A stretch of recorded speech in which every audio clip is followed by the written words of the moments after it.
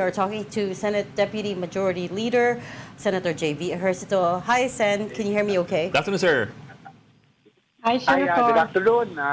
Good afternoon. Nice to be back on your show. Sen, first of all, I'm sorry that we're calling you. I heard you're still in the hospital now. hospital. Oh. What happened? Are you okay? Yes, I'm still here actually in St. Luke's now. But I'm hoping I'll be discharged hopefully by tomorrow. I had a slight lung infection and which led to pneumonia. Oy, But pneumonia. hopefully I'll be better tomorrow. We're interviewing somebody with pneumonia. Pasensya. Nga. Okay, but you're okay to talk to us, Sen. I'm so sorry that we called you. Yeah, we'll be okay. I'm on the way to recovery. So. Okay, hinga-hinga lang, sir. Ha? Okay, anytime you need to stop, you just let us know, okay? So Okay. first thing we want to talk to you about is yung LOAs. I know that I monitored the hearing yesterday. I know you dialed in via Zoom kahit na nasa hospital po kayo. So itong problem na to, the LOAs at BIR being weaponized, it's been a long-standing problem, but it sounds like it's gotten worse in the last few years. And my question to you is, did you get a better sense of what they're gonna do to fix this? Was it enough what you heard? Well, that was my very first question to the new BIR commissioner because it has really worsened the past few years. I'm sure that a lot of you also know that our small and medium scale businessmen have all been victimized by LOAs left and right, and it has really become so blatant the past few years. That's why I really had to bring it up during the budget hearing. So that's when it started, and nobody would want to, alam niyo naman, ang BIR, tayo takot yan, kahit kami takot yan. Nobody would want to bring it up at first, but, a lot of businessmen, and even the European Chamber, American Chamber, and even the European Ambassador, the EU Ambassador, have already complained that even their investors are being harassed by BIR through LOA. So we had to bring it up. So that's the first question I asked the new BIR commissioner on what reforms that he will be instituting. First and foremost, they suspended issuance of LOA at this time, and I think they will come up with safeguards and be more stricter. I think LOAs will have to be approved by the commissioner himself. I think that surprised a lot of people na the DRDs, yung mga regional directors, have absolute authority to issue LOAs. So ang powerful pala ng mga RD. Definitely, Ed, no? At saka nakakalungkot dito, Ed. Sa akin, halimbawa, for example, 12 billion yung assessment. Halimbawa, nagtapos sila sa 1 million na lang. Okay lang kung 1 million, masakit sa dibdib kung the bigger chunk would go to the government. But with 1 million, yung resibo ron, 200,000 o 300,000 lang. So, about 70% goes to the pockets. So, that's a problem. Yan po malaki, masyado ng garapan na, yung pumapasok sa gobyerno, kakapiranggot, yung pumapasok sa bulsa, napakalaki. Tsaka double whammy yan, sir, kasi for them to be able to reduce the assessment, mag-negotiate yan, may give and take yan eh. So, bababaan natin assessment mo, pero porsyento sa akin. So, to begin with, yung 1 million na yan, talo na yung gobyerno dyan. Kasi ni-negotiate downwards na yan, tapos kakaltasan pa ng 70%. Gano'n na nga, no? Sabi ko nga, masakit bandang kapin. Sana kung balik na, kung 70% yung pumapasok sa gobyerno, 30% yung binubulsa, ibaliktad eh. 70% yung dinatakma, 30% na resibo. And it has been happening all over. Hindi lang what's really sad is that yung mga small and medium scale businessmen, the small and medium scale enterprises are the ones really being victimized by LOAs. So of course, yung mga malalaki, the big corporations, but ang kawawa, yung survival, yung mga the small and medium scale enterprises. Senator, yung isang story ngayon, announcement ng BIR, lahat daw ng LOA ngayon kailangan kumuha ng clearance from the Office of the BIR Commissioner. Do you see any red flags sa ganung klaseng measure? O okay na sa inyo yun? Well, I'm hoping that will be one of the measures or one of the safeguards to prevent further abuse. At least it will come from the commissioner. Kasi as what Ed has mentioned, masyadong powerful yung mga RDs eh. They alone can issue these LOAs, di ba? Nasa kanila lang yung power to issue these LOAs on their level. So hopefully this time around, it will be now centralized that it has to come from the central office, yung pong issuance of these LOAs. May capacity kaya yung Office of the Commissioner para doon? Napakarami niyang negosyo yan from small to large, no? They have to find, they will have to find or advise a way on or put the necessary safeguards so that hindi na ma-abuse tong LOAs because again, a lot of people are really and ang nakakalungkot dito is already the foreign investors that have complained. Medyo mali na ito. It doesn't give a good signal. Wala na nga tayong investors dito, tapos pati investors natin dito, titirahin pa ng BIR. Pero tama din si Ami Sen, I mean, that could create a backlog, right? Number one, backlog. Yeah. Number two, it gives the commissioner an inordinate amount of power, right? Siya lang makakapag-approve ng LOAs. And what we need is institutional reform, not just rely on one person, right? What if he gets replaced? Diba? What about your idea, which I understood from former Commissioner Kim Henares that she implemented during her time, which is cap the number of LOAs to 2 successive years. On the third year, hindi na sila pwede mag-issue ng LOA unless there's evidence of fraud. Because what we're hearing as well from a lot of businesses is that they get multiple LOAs in one taxable year. That is correct. That is correct. We will be waiting for what the BIR will be proposing as the reforms and the guidelines that they'll be issuing the issuance of LOAs this time so that we will prevent the abuse. I agree that it will be it will give so much power to one person if it's a commissioner, but we'll see. We'll wait for the reforms that they promise to present to us. Pero on your end, Senator, may nakikita ba kayo? Kasi ang sinasabi nila, siyempre kapag corruption, kapag merong human intervention, talagang nagkakaroon yung discretion ng tao to assess.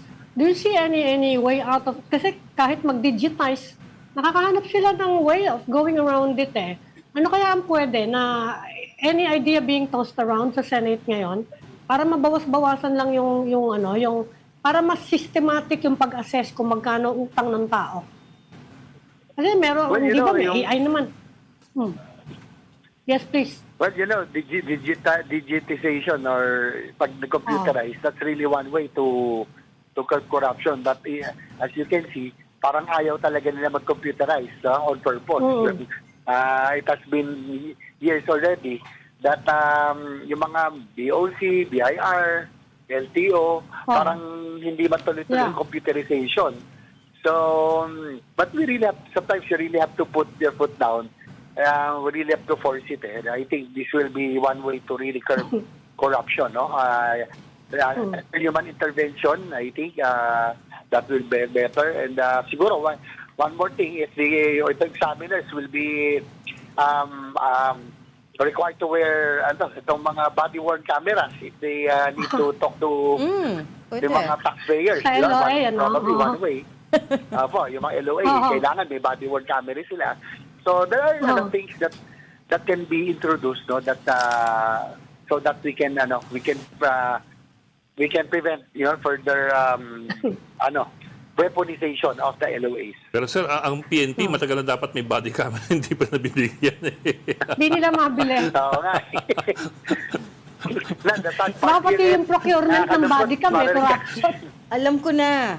You ask the private sector to donate the body cams that they need. I bet you everyone will be happy to do it. if it's to their I'm sure. benefit. No. Di ba? Para walang Tama po. procurement Yes, problem. But the sad thing about all of this thing is yung culture of, parang there's a culture of corruption that's really plaguing the nation. No? After the Oo nga. DPWH, sa spending, meron nang corruption, no? Sa paggastos natin, itong revenue generation natin, parang two-prong attack. Pareho tayo may tama. Sa pag-spending, meron ng corruption. Sa pag-revenue generation, meron pa rin kaltas. So, we really, I think we really have to address this problem, yung corruption that is currently plaguing our government. Pero sir, although on the other hand, I'm just looking at it kasi from the perspective na ibang klaseng problema to compared to yung sa, for example, flood control projects. In this particular case, you're looking at possible corruption within the bureaucracy, within the technocrats and the bureaucrats, not with political figures. I'm wondering lang how that factors in. Does it make it more difficult or easier to resolve if it's that kind of a problem versus, for example, corruption through insertions and kickbacks to lawmakers, ganon? Oh yeah, you are correct. This is that's a bureaucracy. This involves the bureaucracy, no? And Of long-termers. the whole bureau. So medyo this would need talagang honest to goodness reform. So it will we have full trust naman in Secretary Becco, no? He seems to be a good guy, and hopefully they will be able to institute reforms with the Bureau of Internal Revenue or the BIR. Kasi these kinds of, because it's a problem within the bureaucracy, medyo long-term yan. This would span administrations and politicians and so on down the line. It's also a little bit harder sometimes to stamp out kasi merong civil service yan. That is correct. Talagang kung naging culture na ito through the years, it has been na-develop. So it would also take years for it to be reformed, no? Para malinis talaga ito. Unless they undertake drastic measures, no? Para po talaga magkaroon ng goodness reform to clean the bureaucracy. Sen, funny enough, before I came to the studio, I was talking to a friend whose small business was victimized by the BIR. Hindi sila, well, they also got multiple LOAs, but the other problem is that in the assessment, for example, ni-reject ng BIR yung mga reasonable expenses like fuel, like electricity, for example, which are reasonable deductions, right, when you're running a business. Yes. What's your sense of how big this problem is, the corruption at the BIR, and how many the many different ways that they use to extort money from the businesses? Well, you hear a lot of these stories. No, talagang they will find ways where they will find loopholes, find flaws or faults. Talagang para lang for you to be able to talk to them. But the bottom line is for the business to talk to them. Yun. When it comes to negotiation, alam na natin kung ano yun. Oh. So, I talked to also one of my friends last night who was one of the big importer. Ganun din. They will try to look for something that's irreconcilable, i-reconcile nila yung mga records, and then they will look for something that's not, that's in question, and then they will write them. And that's precisely to talk to them to negotiate. So, parang yun yung naging talaga, no? They would try to negotiate, and nandun na. I think that's where the corruption starts. So, ang solution lang talaga dito is to take out the human intervention part, right? Yes, I think yan po. Well, digitization, yung body-worn camera. So, Hindi ba- I think these are the... Hindi ba pwede i-legislate yung they have to digitize? It's the same problem as in customs, right? It's taken them several years to get their automation and digitization in order. And yung bagong commissioner, si Ariel Nepomuceno, spoke to us as well and said that he's gonna try his best. But of course, it's hard to get it through. There's a lot of resistance. Well, yeah, yung LTO, BIR, Bureau of Customs have been trying to digitize, but parang on purpose. somehow it doesn't push through. Nagkakaroon ng cases, no? Legal cases. So I think we just have to put your foot down for this. I think if you really digitize, that's really one way to really curb corruption with the use of technology, tapos yung body-worn cameras and other forms. Senator, we're running out of time. Pahabol ko lang. Your thoughts on the anti-dynasty bill that was filed yesterday? Dahil, of course, you are also part of a big political clan. Ano po yung tingin niyo dun sa Pinail? Well, ako, I have been supportive of the anti-political dynasty bill ever since because although admittedly I belong to a political family, a dynasty you may call it, but with 110 million Filipinos, there are a lot of Filipinos out there who are willing to serve, who just doesn't have the name, the means, the machinery, wala silang pangalan. So I think we really have to, it's about time that we really have to take this seriously. And ako, given the chance, I would really support this because I still believe that there are a lot of, with 110 million Filipinos, there are a lot of those who are capable. No one has the monopoly in public service. Okay. Mm-hmm. And then as for your thoughts on the budget, Senator, we're kicking off live streaming. We're kicking off the BICAM tomorrow, and sa Senate contingent, it includes Senator Bato de Rosa, who hasn't been around since early November. Paano kaya yun? How will you guys? What's the game plan here for the Senate? Well, I do not know who's going to show tomorrow, but I'd just like to say that this budget will really be one of the most transparent in years. And I would like to commend Senator Gatchalian, the chairman of the Senate Finance Committee, for doing a good job. Talaga, everything was really transparent, everything was done and playing, even the individual and institutional amendments. So hopefully this will carry on to the BICAM. Sana talagang ma-live stream because that was our commitment, no? That everything will now be live stream so that the public would know what's happening.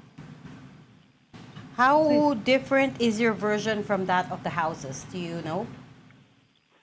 How much do we need to reconcile here? Right now I really do not know yet, no? I haven't seen the matrix, but from what I know, the Senate increased as usual yung mga institutional agencies, no? Like AFP modernization from 10 billion increased to 50 billion, and then the flood control budget, yung 250 billion, we aligned it to agencies like the OTR that would still continue for kailangan natin ng spending, kailangan natin ng construction. So we will have more airports and we'll have more classes. Yeah. And then the Senate also increased the itong yung sa PhilHealth, no? The subsidiary, we made it from 60 billion, will now be 120 billion. So yung 60 billion that was lost last year, now it's back double na. So it will now be 120 billion, the subsidy for PhilHealth. So these are the things that we really improved in the Senate right now. And also, we made sure yung po sana on my part, since I defended the DOTR, that the program that the foreign assisted projects, yung pong, especially yung pong railway projects, will now be in the program funds, and we'll assure that there will be no more delays this time. Okay, that's very good to hear. We'll leave that there. Thank you so much for talking to us, even whilst you're at the hospital. We wish you a speedy recovery. Senate Deputy Majority Leader Senator J.B. Ejercito. Thank you, sir. Happy Thank you, weekend. Senator. Thank you. Pagaling kayo.